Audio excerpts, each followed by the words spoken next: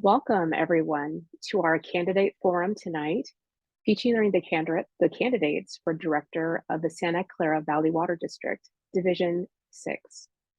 I am Taryn Upchurch, President of the League of Women Voters of San Jose and Santa Clara.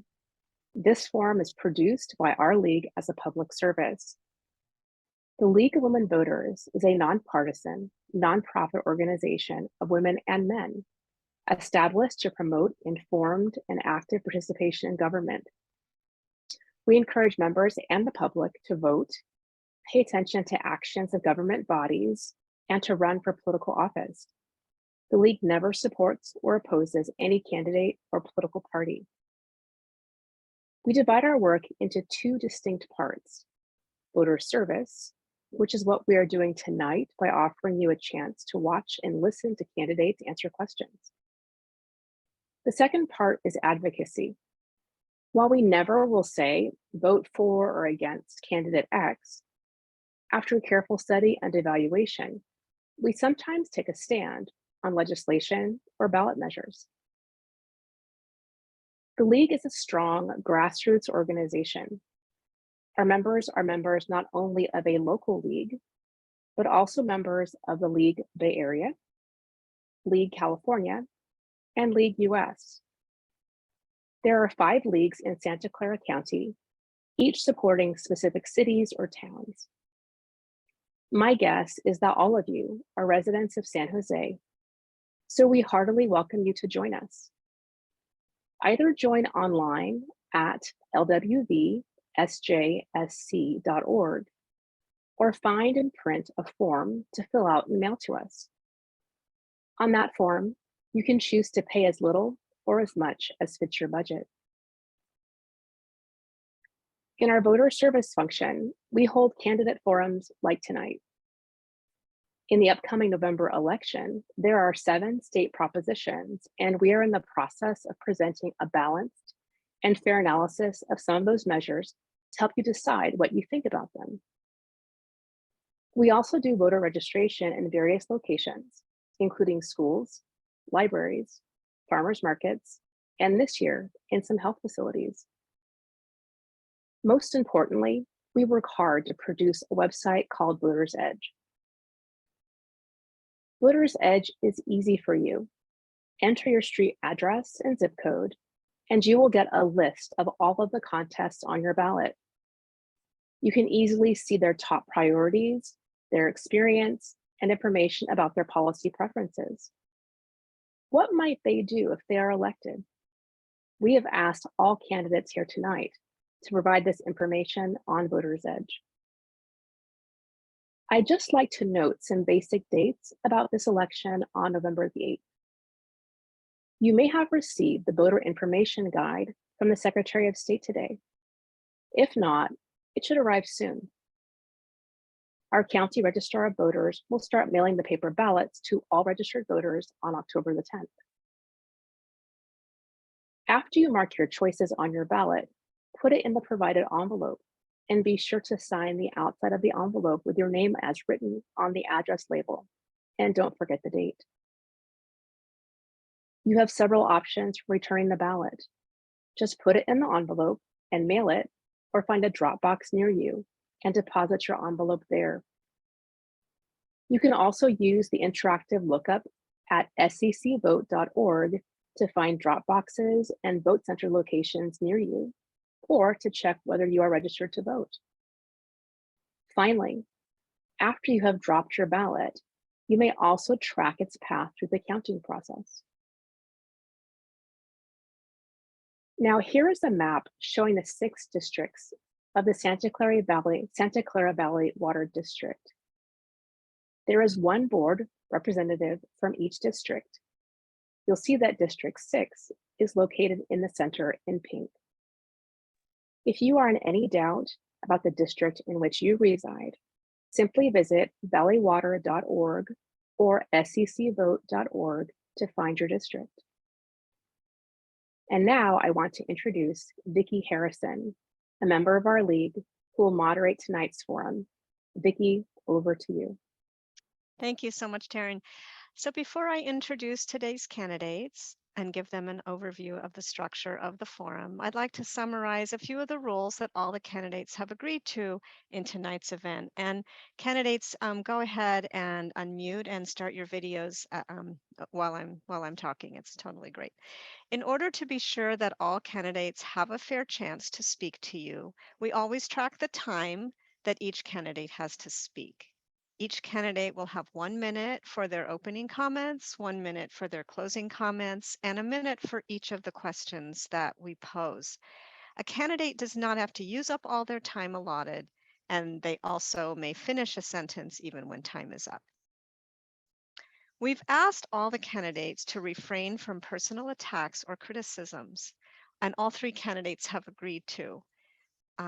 And so we urge them, most importantly for your benefit, to describe their own qualifications and approaches to solving problems.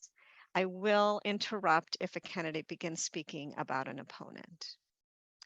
The candidates have not received any questions in advance. And one more note for all of you watching the forum, no excerpt may be recorded for any purpose without the League's written permission, but all forums are available on the website and on Voters Edge. So now let me introduce our 3 candidates, and I'll introduce them alphabetically. Diego Barragan, Chuck Cantrell, and Antonio Tony Estremera. The format will be as follows. I'm going to ask them alphabetically in the first case to offer their opening statements and then to respond to the questions that have been submitted in advance. All the questions were written and submitted, and for future forums, you can go ahead and submit questions. They were sorted by the League and in that way combined duplicates and broadened any that might have been addressed to a single speaker. So all questions will be directed to all 3 candidates, and I'll just keep moving the order along so they're not always answering in the same order. Candidates also have 30 seconds to rebut at any one point. They can rebut a comment by another candidate during the question and answer portion. All right, so why don't we begin? And the candidates, by the way, have asked me to refer to them by their first names. So that's what we'll do. Let me begin, by, am I still on? Let me just have somebody confirm my Zoom went blank. Yes. Yes, Okay. everything's perfect. Okay, great. The first question for you, I'm sorry, let's start with opening statements. So Diego, please begin us. Yes, thank you. I would like to thank the League for hosting this forum today. I'm running again to bring change, bring opportunity for the voters again to have the opportunity to elect a representative to represent them. For 12 years since again they went to district elections, they've never seen this seat on the ballot. They never voted on candidates, and they've always been had the incumbent. So this is the first time again that the voters will have an opportunity to vote on the issues. I think again I bring neighborhood government as well as private sector experience to the table. I could address the water issues, especially our clean creeks and affordable water issues that residents are demanding. I mean, they're asking for essential services, and I believe my experience will allow me allow the voters an opportunity to have an advocate who will represent them at the water district. Thank you, Chuck. Hi, thank you so much for inviting me.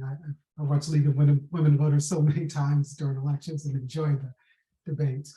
I'm Chuck Cantrell. I'm an environmentalist, an economist, and a business person, and I'm running because the effects of climate change have been predicted for a very long time. There's been plenty of time to prepare. Instead, Valley Water has allowed the Anderson Dam, an extremely valuable infrastructure piece, to deteriorate to the point that it's put our water supply at risk during an ongoing drought.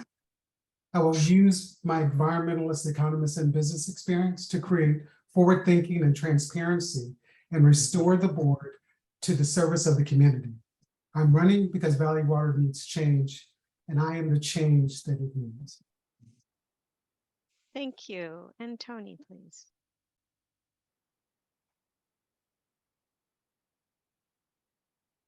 Smart, waiting for the timer to start.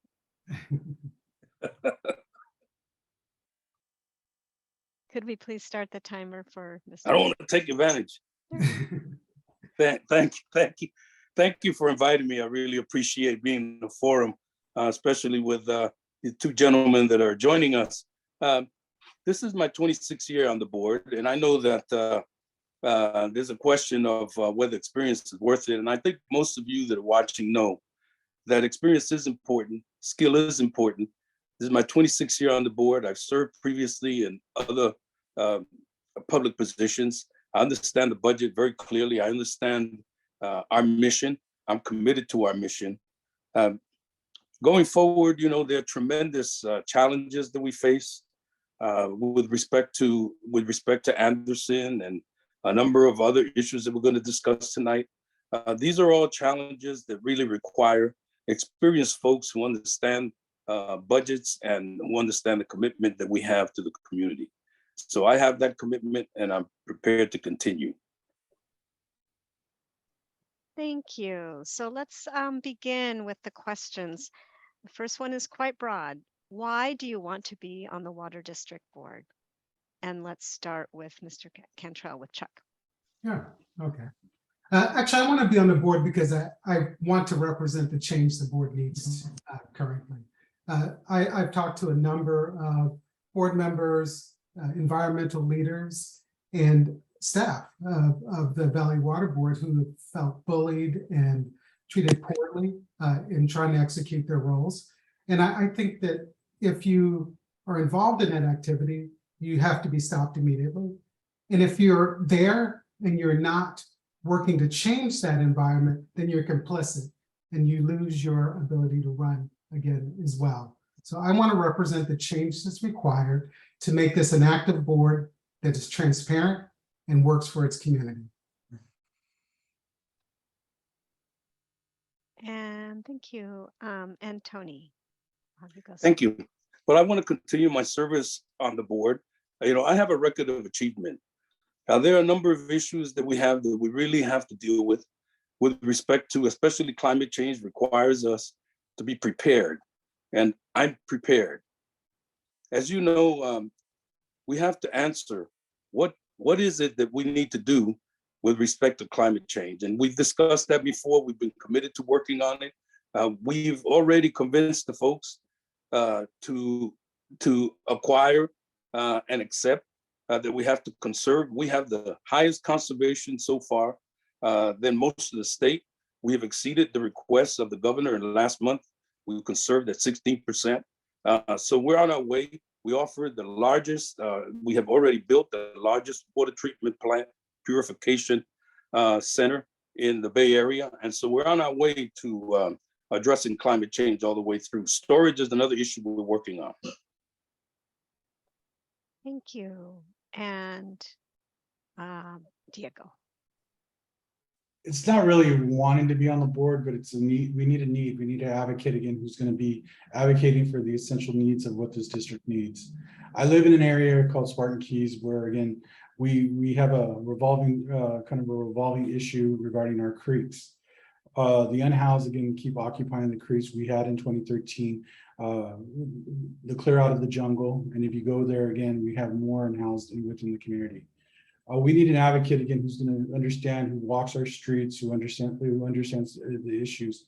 This TAN is coming from walking door to door, talking to voters again about the issues. And the two things out here is affordable rates and clean creeks. With that, I mean, we need someone again who's going to advocate for the simple issues, but also to pay attention to the larger ones.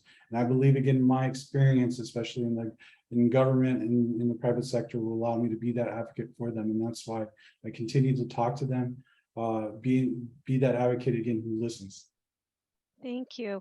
And what I'm hearing in already is that all three candidates are offering kind of continued opening statements. The questions are going to take them deeper into each of the things that they've addressed. So that's really great. Keep listening for how they deepen their understanding of all these issues. The second question is, what do you think are the water district's major challenges? And here we'll start with Tony. Well, obviously the drought is the first one. It's the most important one at this point. But going forward, we've always imported 45% of our water supply. So water supply has always been a challenge for us to meet those needs that we have, and we've been blessed with a diversity of supply, which maintains our rates below the medium in the state of California. So we have tried in every way to maintain low water rates, but make sure that we are sure that we're all able to get the affordable supply that we really need of clean, fresh water. And we're accomplishing that, even despite the drought. But that's the biggest challenge, is to maintain that, to increase our investments in recycle, and to make sure that we have the storage capacity that's really necessary. Those are the issues that we're working on right now. We've been working on them, and they are long-term issues. They require long-term solutions, and we're engaged on that. Thank you. Diego. The drought. We don't know when again the next heavy rain is going to come, and the issue is what do we do with our water supply until then? We have to be innovative. We have to look for new solutions, as well as, again, we have to, as Director Estremera mentioned, again, find ways to store it. And so these are things, again, that we have to find solutions for. But also, too, we got to make sure when that heavy rain does come, that our creeks are clear. Currently, again, I mean, we're going to experience a flood just like we did when Coyote Creek flooded a couple of years ago. I mean, there's vehicles, there's debris, there's various things in our creek. We're fortunate to have some nonprofits to clean up our creeks, but again, that's not enough. We have to spend time, invest money in cleaning our creeks, but also to monitoring them. You have to monitor them so we don't have repeat incidences. And again, that's what residents are asking for in District 6. Thank you. And Chuck. Actually, I think that, yeah, obviously climate change is making significant changes in the way that we all live. But I think the problem is that we didn't get in front of this problem and when we knew it was a problem. I think also that lack of forward thinking and innovative thinking have really put us in this bind, and we need to get beyond that as well. And it's time for change, to focus on innovation, to change our water direction from scarcity to water abundance again. As well, budget overruns and project delays can't be explained away. These costs get passed on to us every day. That's one of the reasons water is so expensive. If you saw your last bill, it went up 15%. Most of that was not water cost. It's because Valley Water is not running as an efficient organization, and they need to change. So let me ask all of you to address the next question, which is, what are the major changes that you think Valley Water needs to make specifically to ensure safe, clean water for the growing population in Santa Clara County? And let's start with Diego for that one, please. First, with District 6 in particular, is communication. Talking to residents, making them understand the issues. As I go door to door, people are going, Valley Water, who's Valley Water? So first thing again is the education. The second thing again is making sure that we have, they know again what's going on, especially amongst the creeks. I mean, we have a natural creek in Coyote Creek that goes straight down the district, as well as again making sure that they know that Valley Water is there to protect them. And so, as the advocate, as the district representative, I'll make sure that we go to communities and talk firsthand with the public in regards to the issues and what's being said and heard, but also to hearing their feedback, because they're going to tell you what's impacting them the most, which is affordable water rates. Also, to again, I mean, their infrastructure, anything they're along the creek bed, is whether Coyote Creek, Lower Silver Creek, they have it. They have issues. And Chuck. So again, I think managing budgets and managing projects much more efficiently is required in any case, period. I think that is a significant problem for Valley Water. And that is the projects that have to do with mitigating flood risk. Some are delayed again. These are important projects. They have to be completed on time. And as water users, we should make sure that these are completed on budget as well. As board members, you're accountable to the community and the money you So let me spend. ask you, Mr. Cantrell, you're bordering on speaking directly to the current board and to Mr. Estremera. Could you please stay with the issues, the specific issue of ensuring safe, clean water? Okay. Well, transparency, safe, clean water is about making sure that we move the unhoused into permanent housing, so that we can keep those creeks clean and clear. And I'm sorry. Could you give Chuck Cantrell some of that time back? Thank you. I appreciate it. So I think one significant problem that is a humanitarian problem is helping our homeless or unhoused neighbors move to permanent housing. And Valley Water continues to not help solve that problem. We need to focus on that problem and help people move into the housing that they deserve, while at the same time keeping the creeks clear of debris and other things that, present a problem. No, thank you. That's okay. Thank you. And just going forward, I hope not to have to interrupt anybody, but you will have your time back. You don't lose time just when I interrupt. So next question, and here we'll begin with Tony. No. Oh, no, this one will begin with Chuck. What changes would, Excuse me, I didn't. I don't think he got it. I'm on sorry, the question. I'm going to ask the question now, and it's beginning with Chuck. Actually, I What think changes- Mr. Estremera didn't answer the last question. I didn't answer the Oh first- my goodness. I am so sorry. My bad. Tony. I think we were talking about how we assure supply of water. I'm happy to talk about getting the homeless out of the creeks and so on later when we have that question. But right now, we're talking about increasing supply. And as I mentioned, we have a method of dealing with that. And initially, that is, as we mentioned, that we have to fix the delta. There are a number of issues that we have to fix the delta in order to assure our supply. As you know, we import more than 55% of our water, and the water that we use, 40% of it comes through the delta. So we've got to be involved in the delta fix. Secondly, we've got to deal with recycle. We have invested tremendous sums and will continue to do so. We have a master plan on recycle. That's what we need right now. Is in order to get higher supply, we could develop our own, and that's what we're doing. We just executed a 76-year agreement with the city of Palo Alto and Mountain View to do just that.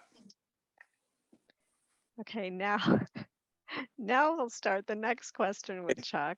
And that question is, what changes would you propose to reduce costs and improve Valley Water services to Santa Clara County? Okay, budget control.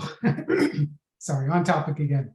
Budget control and make sure that the project planning process is thoroughly thought out before projects start, to make sure that alternatives are considered before projects start, and to make sure that when we fund a project, that we fund that project in a way that its budget is honest and follows with the actual completion of the project with no overruns. That's a consistent problem that we really need to focus on. As well, we want to make sure that we are forward thinking in those projects as well, looking at desalination as a significant provider of water as well, and managing that into our future. Thank you. Tony? Yes, with respect to budgeting, we start our budgeting the year before, and we make sure that we go through everything that we need to budget, everything that we need, all the investments that we have to make. And that's the way that we do our budgeting.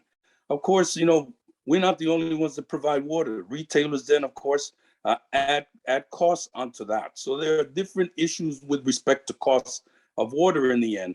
But with respect to our budgeting, we now have initiated a 2-year budget because we want to be sure to have vision and look at the future. We're a future thinking organization. Everything we do is what is for the future. All of our projects, all of our budgeting is always in the future, for the future. And so that's the way that we look at our budgeting. We're very careful about what we do. And we're just like everybody else, even a homeowner, when you try and get a budget going, there are a lot of things that happen that you have no control over. And these overruns don't all relate to our negligence or incapacity. Thank you. And Diego. Regarding the budget, I have experience. I worked at City Hall, worked on budgets, and there's always two processes. There's the one, again, when you start at the beginning of the year, the new budget cycle, and then there's also mid-year. Mid-year usually will give you cost projections that are a little bit more accurate as, again, they settle with the numbers. Really, again, I mean, you've got to control cost. Some of the things, again, that I'll be mindful of is making sure that the water district isn't using taxpayer funds for non-essential uses or non-necessary uses. That, again, everything is spent to keep the rate affordable on their end, and especially amongst construction. We're almost heading into recession again. Costs are going to be expected to increase. We're expected to again see changes, and with construction, again, there's always going to be those change orders. So again, you got to estimate that, but also to look and see again if the project is really feasible and evaluate all alternative options before making your decisions on finalizing that budget. Thank you. Next question will begin with Tony. What specific actions would you propose to increase the use of recycled wastewater? Well, you know, we have already built, like I mentioned, 10 million a day, 10 million gallon a day facility. It's the largest water purification center in the Bay Area. We have a master plan. We expect to expand that quadrufold 4 times. And we just executed an agreement, a 76-year agreement with Mountain View and the city of Palo Alto. We're working on developing a plant there and also a water purification extension of the present plant that we have. So we are completely dedicated to doing that. In addition, we have already executed an agreement with Contra Costa County, with Contra Costa Sanitation District, to recycle their water also. So we have been devoted to recycling. We have, like I said, a master plan that we've been working on. We have already made extensive investments, and we will continue to do so. We're completely committed to recycle water. And Diego. Can you repeat the question? Sure. What specific actions would you propose to increase the use of recycled water? Recycled wastewater, sorry. I would actually like to see it go more towards South County. I think, again, our farming communities should have recycled water, should have that option, given, again, I mean, they provide life. You know, I'm a grandson of farm workers from the Central Valley as well as the Salinas Valley. Our farm workers, they work hard, but yet without water, again, they don't have jobs. And so again, for our agriculture industry, especially in the South County, again, I would love to see the expansion of recycled water down to our Southern County. I think, again, it's great that they're expanding to the north, but again, we need to bring in more central and toward the south, because again, that's where there's jobs. There's some essential jobs, again, that, you know, feed people, it feeds our country. And so again, love to see it expand there, but yet I would be a voice again to expand it to the south. And Chuck. So with recycled water, San Jose Water has the most experience and most scale and capability, but has not yet signed a new agreement to extend those capabilities with Valley Water. I would work day one to get that underway. That will bring significant scale to recycled water, again, in our communities, with expertise that is unmatched.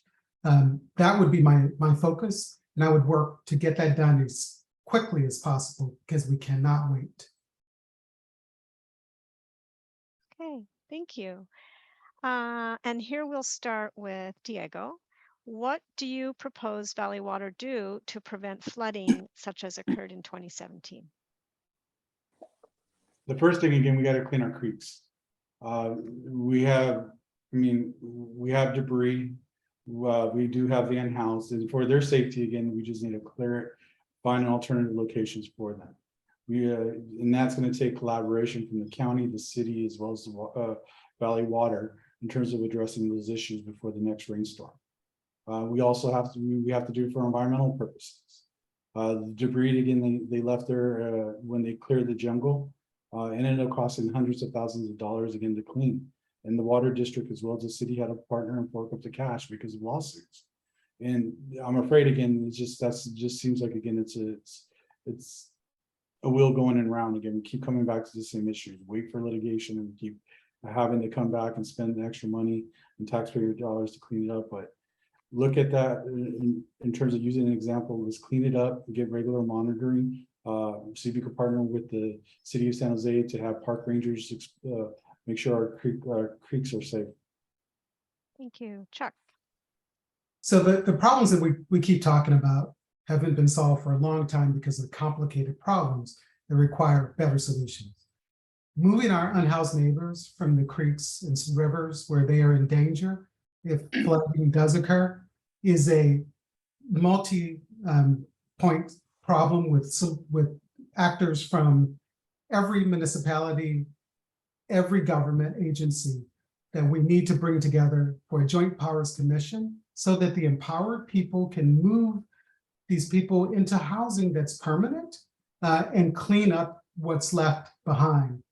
But more importantly, we have to make sure that Valley Water gets those mitigation projects done as soon as possible. We can't afford to allow these delays to continue. We don't know when the next great floods will happen, but we know they will be greater than in the past. So we have to mitigate this flood risk now. Thank you. And Tony. Thank you. You would think that Valley Water is sitting around neglecting the creeks and nothing is being done. And I think that all of you have seen our trucks and our folks working very diligently and hard to clean the creeks as much as we can. We have to do it in partnership with the cities. We have to do it in partnership with the county. Last weekend, we had over 1,000, about 1,200 volunteers on Earth Day to help us clean creeks. We took out thousands of pounds and tons of waste and so on. And we cleaned them and we continue to clean them. So yeah, there's no question that it's our responsibility. We meet that responsibility and we continue to do so. And we have to do it in a humane way, and we have to do it in a constitutionally legal way. So there are a lot of requirements for us to do it, but certainly our capacity is there and we are doing everything that we can to do so. I think that is very important for flooding. But we also have an extensive flooding program that we have had for many, many years. So the next question actually drills down into the last question that most of you were answering with the specifics. How would you work at Valley Water to reduce the illegal dumping along our county streams? And let's start that one with Chuck. A joint powers commission.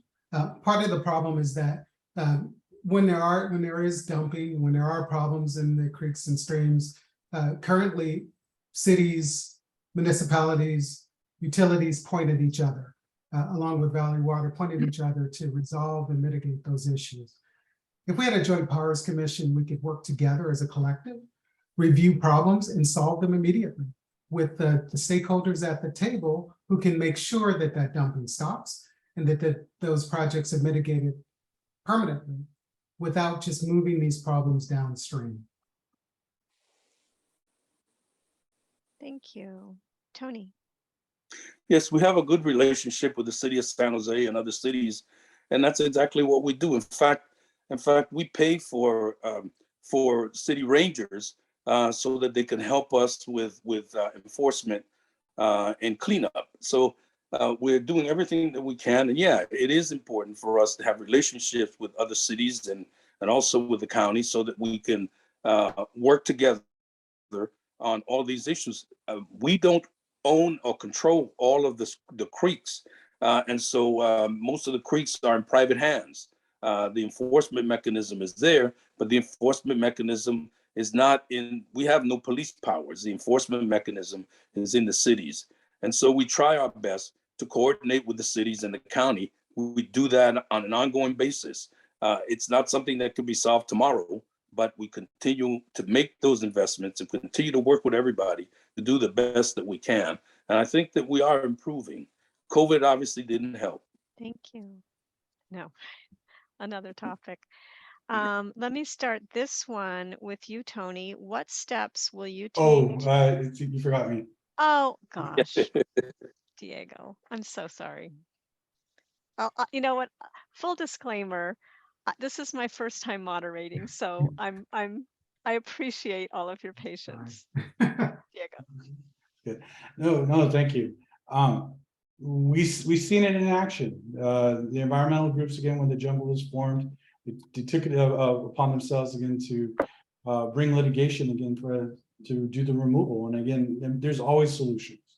But again, we need leadership again that or Valley Water needs to take the issue by the horns and be able to work with those agencies they have great relationships with in terms of cleanup. I mean, it's an environmental issue along the Guadalupe. Again, I mean, you know, we have trout in the area. What happens to them? What happens to the species along Guadalupe? What happens to species along Coyote Creek? When I was a kid, I used to play around the creek. You know, my kids can't even go on the trail because of safety issues. You can't go to Summerall Indoor Park again and go play and enjoy it because of those issues. Again, there's solutions, but again, it's getting the right folks at the table and having those discussions. And right now, again, I don't see that happening with the elected officials at both the county, city, and at the Valley Water. Next question for Tony to start. What steps will you take to ensure that everyone conserves water during the severe drought? Well, you know, we have taken a number of steps. First, of course, is we made extensive investments in communicating with the community and communicating with folks, trying to change their behavior, convincing them that it's important to conserve. And we have gotten that support, both in the past and presently. Folks are definitely conserving. We're doing everything that we can to get them to conserve. That's really what is the most important, is to get folks to understand that they can make a difference. And they have. They've taken, they've shown us that they could do that. We, of course, have also adopted an ordinance that will fine folks and so on. And we have worked very closely with the cities to get them to also have enforcement mechanisms and to adopt ordinances that will control the waste that folks see. There are complaint mechanisms. You know, we get phone calls from people every day and we respond to those. Thank you. And Diego? Just education and awareness. You know, District 6, again, the voters, I mean, they have been conservative. As I walk door to door and, you know, talk to them, they're showing me their dry grass. They're showing me, again, what they're doing as alternatives. I mean, you know, we're coming from a Latino household. We use water, we recycle water. I mean, they've been doing it from the beginning. Again, they use the gray water, they use it to water plants, put it back in the earth and so forth. They don't let it go down the drain. And I think, again, it's just a matter of just education and, you know, asking them to, you know, help assist with the issue. And then they'll answer the call. And I'm seeing it as I go door to door. And I'm proud to say again that, you know, in our district, again, we probably have folks again concerned about our water usage. Thank you. And Chuck? You know, I don't think we need water police. I don't think we need to find people and go out and try to wrestle the water away from them. Consumers need some help. I'm a good water consumer. If I had an e-meter, I would know what my consumption is as I was using it. That would help me significantly. I think Valley Water can help its municipalities that it serves make sure that they're providing these meters to their customers. By the time I get my water bill, it's already 2 months too late. I can't change it. But if I knew that I could delay this load of laundry and combine it, because I've watched it and I know how much water it uses, I would be a much more effective user of water. So again, we don't need water police. We don't need to harass our water consumers. We need to enable them with innovation and technology that supports how they use it. Thank you. The next question begins with you, Diego. How do you see the water district working with other governmental organizations to manage the county waterways?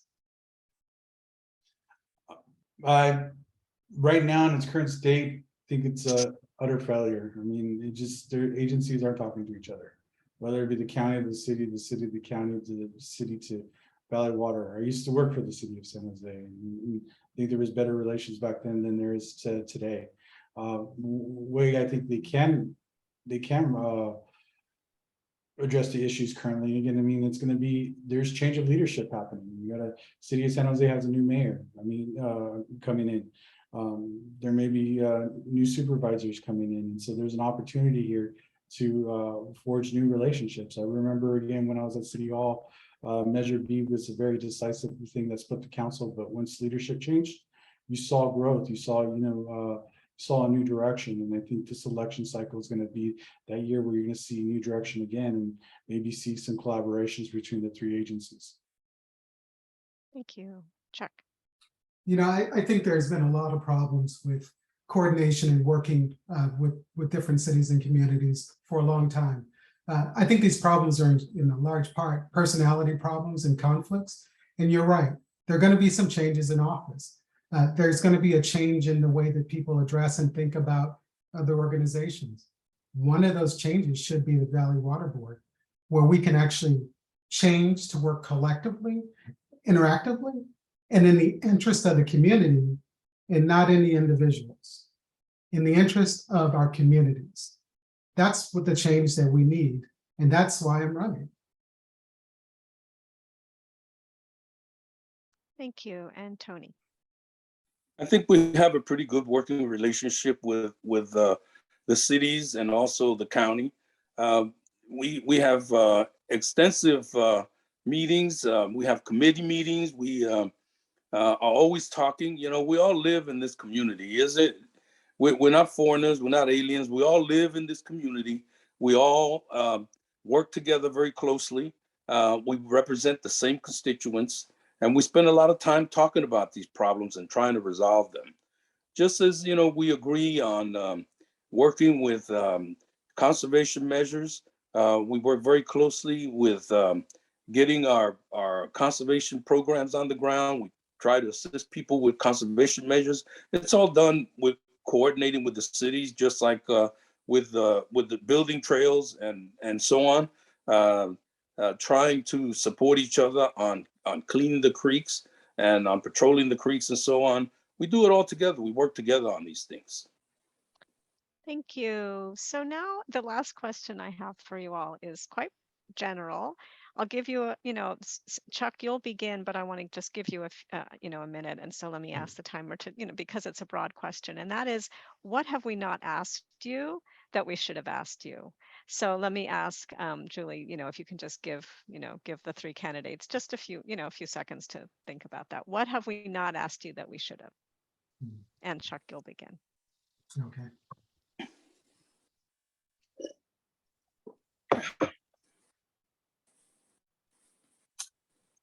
Okay, I think there's something you haven't asked that we should have talked about. More specifically, we should have talked about the Pacheco Dam project. We should have talked about whether or not that project is required or needed, and whether or not that project will flood acres of native land, natural resources, and wildlife to deliver not a single drop of new water from this area. We should have talked about the Pacheco Dam and the cost overruns because of the ill-conceived project in and of itself. We should have talked about the CEQA requirements that cannot be mitigated. The only way to mitigate these issues is to not build the dam. We really should have focused on the loss of native lands and natural resources to an extent that is hard to imagine. Thank you. And Tony. I think we should have talked about the Delta. We never addressed the Delta. I have been very supportive of our participation in the Delta Tunnel. in building a dental tunnel, but mostly in the program itself, because I think it's important for us to be involved in whatever happens at the Delta. If we are now participating in the Delta and trying our best to provide the supply water that we need, we're already importing more than 40% of what we need now through the Delta. It's important for us to participate in what happens in the Delta. Same thing with Pacheco. How does Pacheco fit? Well, you know, we're going to need storage. As it is, we already will have Anderson off for more than 10 years, so we need storage. What are the solutions to that?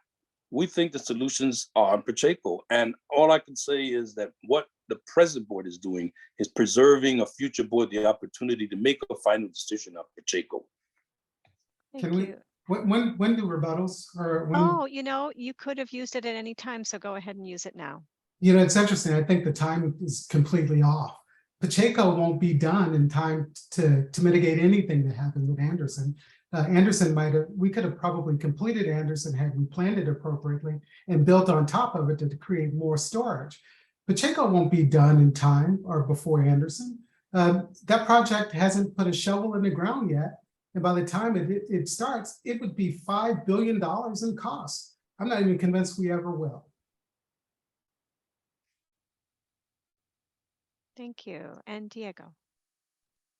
Like to keep the focus again on District 6 residents. I mean, District 6 is it's probably one of our most working class districts for Valley Water, and again, it's home to gardeners, you know, working class folks again who depend on water. And one thing I want to make sure again, you know, the conservation efforts again is not hurting them. I know I have neighbors again that are gardeners again whose everyday life again is at jeopardy, because whether again they're doing long conversions for a one-time change, or again they're losing clients because they're no longer again able to keep up the lawns. And so we got to think about, you know, the District 6 population again and how it impacts them.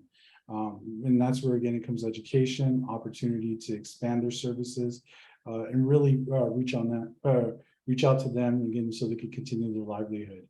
These bigger issues such as Pacheco Pass, the Delta Tunnel, these are going to be debated. They're going to be publicized in media and everything. But again, we need to talk about the everyday person again, how water conservation is impacting them. So we've really asked our candidates to explore broadly, and I think they have. It's been really an education for me and hopefully for all of you. They now each have a minute for closing comments, and so keeping the same order, the closing comments will begin with Tony, and then Diego, and then Chuck.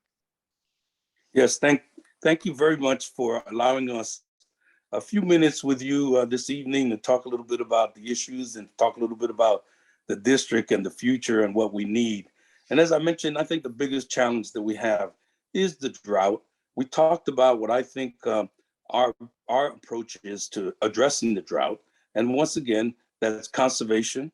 And I've mentioned some of the conservation programs that we have and trying to convince folks to do so and try and conserve as much as possible. Secondly, we talked about recycled water because it's important for us to build our own supply that we can maintain and control and develop. And thirdly, I talked about storage. I think it's very important.